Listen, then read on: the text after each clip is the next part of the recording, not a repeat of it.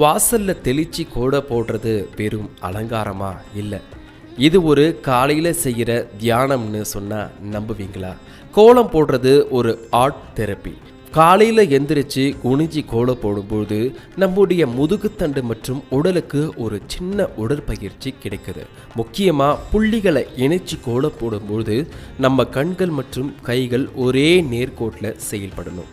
இது நம்ம கவனத்தை ஒருநிலைப்படுத்த உதவுது. ரசிச்சு கோலம் போடும்பொழுது இது ஒரு மெடிடேஷன் மாதிரி மனசை அமைதிப்படுத்தும். வடிவியல் ரீதியான கோலங்கள் பார்ப்பவர்களுக்கும் அந்த வீட்டுக்கும் ஒரு பாசிட்டிவ் எனர்ஜியை தரும். இது நம்மை சுற்றி உள்ள எதிர்மறை எண்ணங்களை நீக்கிட்டு ஒரு புதிய நம்பிக்கையோட நாளை தொடங்க வைக்குது. ஸோ இனிமே கோலம் போடும்பொழுது அதை ஒரு கடமையாக நினைக்காம அது உங்கள் மனசை ஆற்றுப்படுத்தும் ஒரு கலைன்னு நினைச்சு போடுங்க. அந்த நாளே உங்களுக்கு புது உற்சாகமாக இருக்கும்.